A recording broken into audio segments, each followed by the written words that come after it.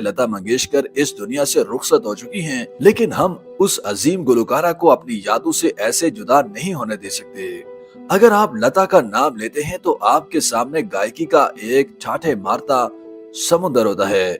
अगर हम मौसीकी के कुछ पुरजोश शायकीन और माहिरों को छोड़ दें तो एक आम आदमी को लता मंगेशकर की कामयाबी को समझने के लिए एक थीसिस की जरूरत होगी।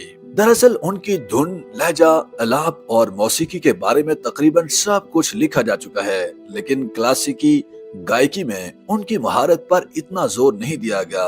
बहरहाल लता मंगेशकर ने 13 साल की उम्र में अपनी अदाकारी के जरिए फिल्मी दुनिया में आने से पहले क्लासिकी मौसीकी की गुलकारा बनने की कोशिश की थी। अपने इब्तदाई दिनों में ही लता मंगेशकर ने मगरबी मौसीकी के चारों ऑक्टेव में गाया, खा वो सुस्त, मध्यम या ऊंची ले क्यों न हो।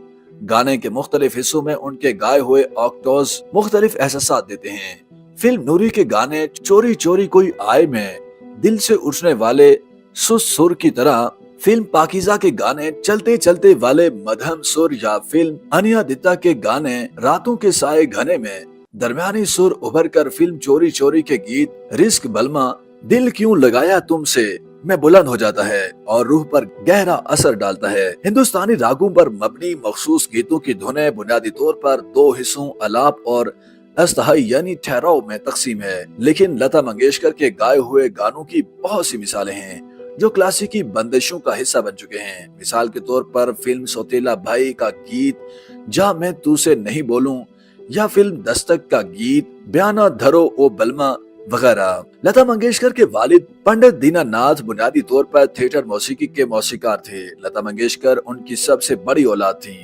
फिल्मी मौसीकी की हल्की फुल्की धुनों ने शायद लता मंगेशकर के क्लासिकी अंदाज पर असर डाला हो, लेकिन अपनी बाकायदा मशक की वजह से जब भी लता ने क्लासिकी रागों के साथ गाने गाए, उन गानों के साथ भी पूरा इंसाफ किया।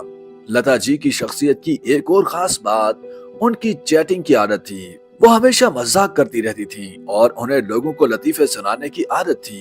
वो अक्सर अपनी हाजिर जवाबी और लतीफों से लोगों को हंसाती थी। बदले में वो सामने वाले से एक लतीफा सुनाने को कहती। सब जानते हैं कि लता मंगेशकर को हीरों और अच्छे परफ्यूम का बहुत शौक था। बहुत से लोग ये नहीं जानते होंगे कि उन्होंने लंदन में लॉर्ड्स ग्राउंड के करीब एक छोटा सा अपार्टमेंट भी खरीदा था, ताकि जब भी वहाँ कोई बड़ा मैच हो वहाँ वो रहकर खूब लुत्फ अंदोज हो सके। लता मंगेशकर को क्रिकेट मैच देखने का इतना शौक था कि वो कोई भी मैच नहीं छोड़ती थी, चाहे वो हिंदुस्तान में हो या दुनिया भर में कहीं भी। लता जी की ये खूबियां उनके दिल में छुपी ख्वाहिशात का इजहार थीं। उनकी ये आदतें इस बात का भी सबूत हैं कि लता जी जिंदगी के उन तमाम पहलुओं से जुड़ी हुई थीं जिनसे हम जुड़े हुए हैं। वो इस मामले में मुस्तस्ना या मुख्तलिफ नहीं थी। दरअसल लता मंगेशकर की पहचान सिर्फ मौसीकी थी, क्योंकि वो खुदा की एक खास तख्लीक थी जिसके गले में सुरों का जादू बसता था। दुनिया के बड़े अदीबों और मौसीकी का नकादों ने वो सब कुछ लिखा है जो इस अजीम शख्सियत की सलाहियतों और कारनामों के बारे में लिखा जा सकता था। अब उनमें इजाफा करने के लिए कुछ नहीं बचा। YouTube पर गूगली न्यूज देखने के लिए youtube.com की सर्च बार में गूगली न्यूज टीवी टाइप करें। गूगली न्यूज के पेज पर सुर्ख रंग के सब्सक्रिप्शन वाले बटन पर क्लिक करना ना भूलिए। YouTube पेज पर अपलोड होने वाली वीडियो से बाखबर रहने के लिए बेल आइकन पर क्लिक कीजिए। आपको हर नई वीडियो के बारे में नोटिफिकेशन मौसूल हो जाएगा।